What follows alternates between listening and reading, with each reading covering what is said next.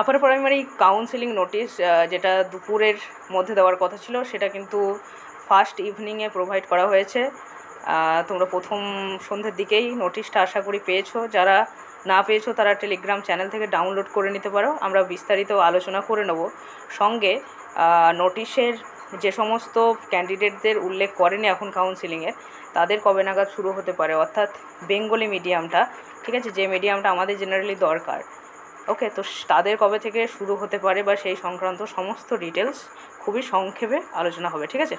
তো কমিশনের ওয়েবসাইটে চলে যাবে, এখানে দেখো প্যানেল ওয়েটিং লিস্টের উপরে যে নোটিশটা দেওয়া হয়েছে, তো কী বলছে দেখো, নোটিশ এখানে নাম্বারটা দেওয়া আছে upper primary level classes excluding 10% of para teacher. তো এটা তো প্যারা টিচার রিজার্ভেশন একটা ব্যাপার দিয়ে ওটা বাদ দিয়ে, ওকে।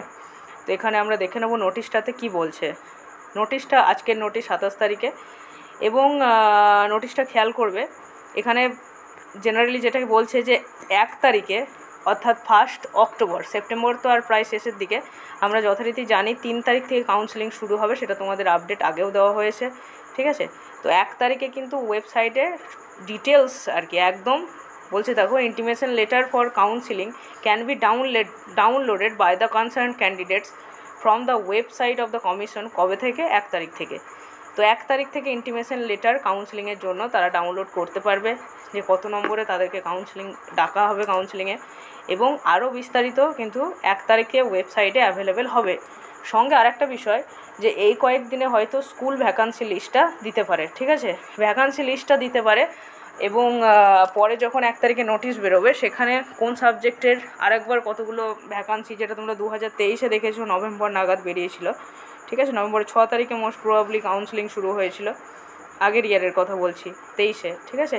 তো আবার পুনরায় কাউন্সেলিং, তো যাই হোক, সেখানে 6 তারিখ থেকে 2রা ডিসেম্বর পর্যন্ত চলেছিল, অতটা টাইম হয়তো লাগবে না, যদি যাদের অ্যাকসেপ্টেন্স লেটার দেওয়া আছে বা যারা আগে অংশগ্রহণ করেছে, তো তাদের ক্ষেত্রে যদি অ্যাকসেপ্টেন্স লেটার দেখে তাদেরকে রেকমেন্ডেশন লেটার প্রদান করে, তাহলে টাইমটা অতটা হয়তো লাগবে না, ঠিক আছে। তো সেই বিষয় নিয়ে আলোচনা পরে হবে আমাদের। এখানে যেটা বিষয় সেটা হলো 3 তারিখ থেকে শুরু হচ্ছে। দেখো, প্রথমে বলে রাখি, বেঙ্গলি মিডিয়াম এখানে কিন্তু নয়, বেঙ্গলি মিডিয়াম এখানে দুটো আছে, সেটা হচ্ছে সাবজেক্টটা দেখো, অ্যারাবিকে আছে বেঙ্গলি মিডিয়াম, অ্যারাবিক সাবজেক্টে আছে, আর একটা আছে হিন্দি সাবজেক্টে, অর্থাৎ বেঙ্গলি মিডিয়াম অথচ যারা হিন্দি সাবজেক্ট নিয়েছে, ঠিক আছে, তাদের রয়েছে। বাকি কিন্তু সবই মিডিয়াম আলাদা, ইংলিশ, হিন্দি, তেলেগু, উর্দু, নেপালি এগুলো রয়েছে।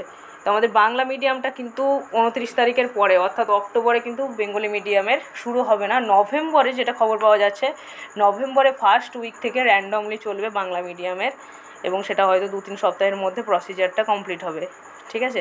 এখানে দেখো পিওর সায়েন্স যেটা ইংলিশ মিডিয়ামে, আমাদের এতটা জানা দরকার নেই, রিপোর্টিং টাইম মেনশন করা আছে, বোর্ড নাম্বার মেনশন করা আছে এখানে, এবং ক্যান্ডিডেট কাউন্ট, কতজন ক্যান্ডিডেট আছে ওই ডিপার্টমেন্টে, যদিও এদের ডিটেলস কিন্তু পরে প্রোভাইড করা হবে, ওকে।